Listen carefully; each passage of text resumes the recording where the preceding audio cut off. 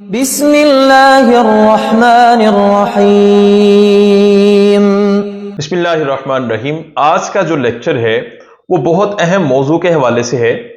मौजू क्या है कि पीनस साइज कितना होना चाहिए। इस एक मौजू ने बहुत सारे नौजवानों के अंदर से खुद एतमादी खत्म की, परेशानी का बहुत ज्यादा शिकार है, एंजाइटी का बहुत ज्यादा शिकार है। तो ये जो मौजू है इसमें मैं बहुत सारे आपके सवालात जो हैं उसको क्लियर करूंगा। आपने इसी लेक्चर को एंड तक सुनना है, बजाय इसके कि आप मुझे व्हाट्सएप पे आके क्वेश्चंस करें। क्या छोटे नफ से जो है वो प्रेगनेंसी मुमकिन है? नॉर्मल साइज कितना होना चाहिए? तनाव की हालत के बगैर जब नफ्स शहवत में नहीं होता उस वक्त उसका साइज कितना होना चाहिए?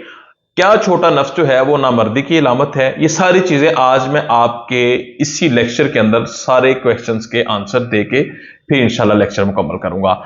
अस्सलाम वालेकुम रहमतुल्लाहि वबरकातुहू। मैं डॉक्टर हाफिज अहमद रजा सब सुनने वालों को इस लेक्चर में खुशामदीद कहता हूं।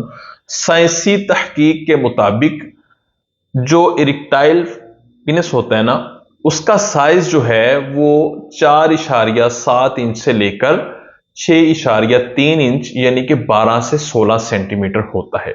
लेकिन अगर किसी का नफ्स जो है वो 4 इंच का भी है और उसको इरेक्शन बिल्कुल ठीक आती है तो ये नॉर्मल है, किसी किस्म का कोई इशू नहीं है।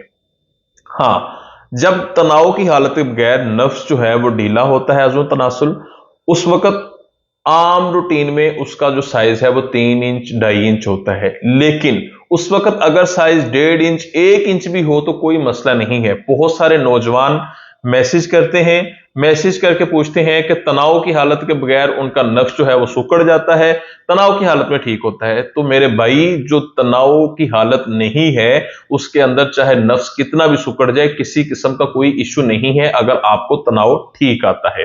ठीक हो गया।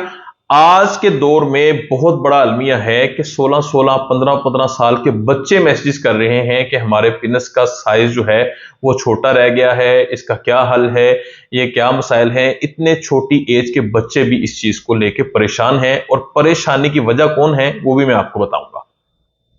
अच्छा, आगे चलते हैं। क्या छोटे नफ्स से जो है वो प्रेगनेंसी मुमकिन है?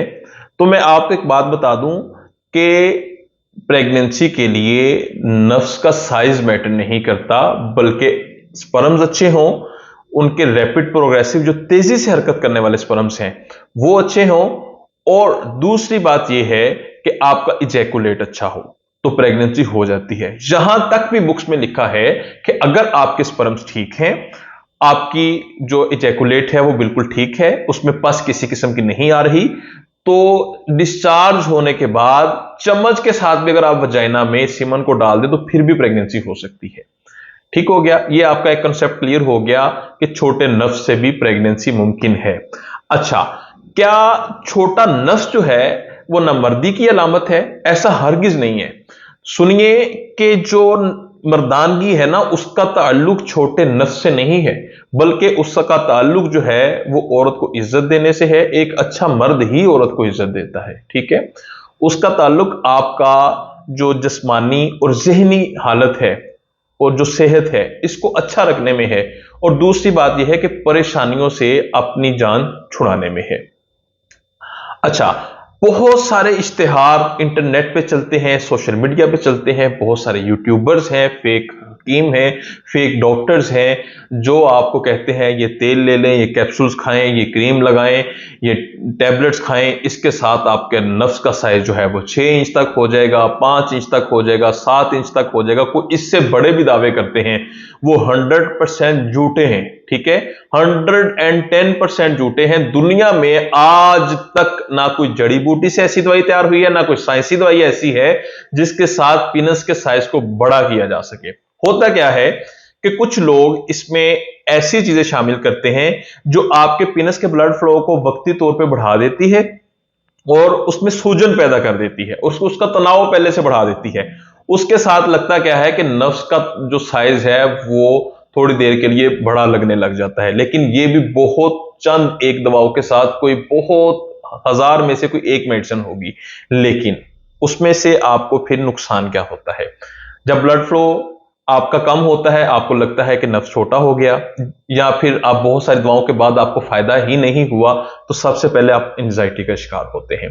एंजाइटी का शिकार होने के बाद आपके अंदर से खुद एतमादी खत्म हो जाती है, आप हर वक्त परेशान रहते हैं, घर वालों से लड़ते हैं, दोस्तों में दिल नहीं लगता, आपका दिल अपनी जिंदगी से अचाट हो जाता है सिर्फ एक मौजू को सुनने की वजह से।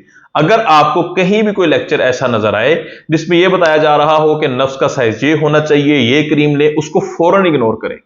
ये हजरत इंसान की एक नेचर है कि वो जिस चीज को सुनता है उसको अपने ऊपर एक दफा अप्लाई करने की जरूर कोशिश करता है।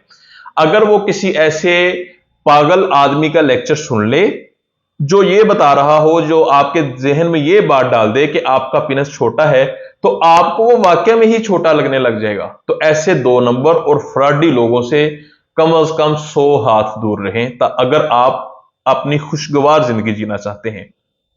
और दूसरी बात कि जो मर्दानगी है ना, वो इस चीज में है कि आप औरत को इज्जत दें।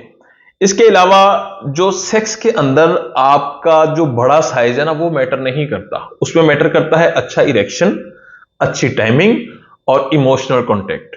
ठीक है, अगर आपकी ये चीजें ठीक हैं, आपका अगले के साथ इमोशनल कांटेक्ट जो है वो ठीक है, दूसरा आपकी टाइमिंग ठीक है, आपकी शहवत ठीक है, तो आप 100% ओके है।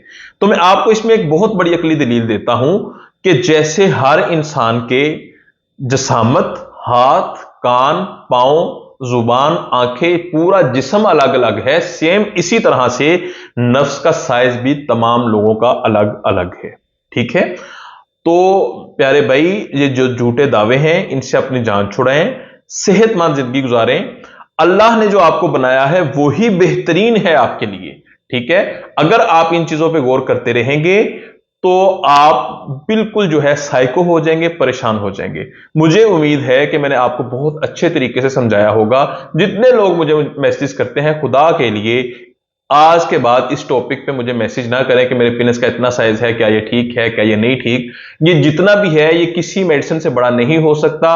अगर आपको फिर भी लगता है किसी मेडिसिन से बड़ा हो सकता है तो फराडिये बाजार में भरे पड़े हैं, आप अपने पैसे जाके जाया कर सकते हैं।